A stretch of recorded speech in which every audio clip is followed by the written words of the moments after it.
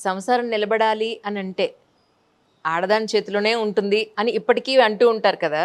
నిజంగా ఎంత శాతం ఆడదాని చేతిలో ఉంటుంది? మొత్తం అంతా లేడీయేనా ఒక సంసారం నిలబడాలి అనంటే? మగవాళ్ళదేమీ ఉండదంటారా? ఏమి ఉండదంటే వాళ్ళది డబ్బు సంపాదించేది మాత్రమే. హ్మ్. ఇంట్లో ఎవరికి ఏది కావాలి, ఏం పెట్టాలి, వాడు ఇవాళ అన్నం తినలేదే వీడు ఎందుకనో, "ఏం నాన్న ఆకలేయట్లేదా? ఒంట్లో ఎలా ఉందో? వాడికి ఎందుకు ఇట్లా వచ్చింది" అని అబ్జర్వేషన్ చేసి వాడికి కావాల్సింది పెట్టటం. పెద్దవాళ్ళు ఉన్నారు, "అయ్యో 12 అయింది మామగారు ఇంత మటుకు ఆయన టిఫిన్ కూడా తినరు, అన్నం పెట్టాలని" గబగబా చేసి పెట్టటం.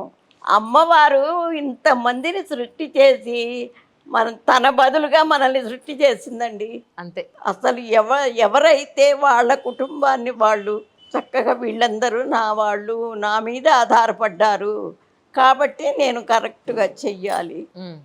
అనేది ఎవరికైతే ఉంటుందో అవును. సంసారాలు చక్కగా ఉంటాయండి.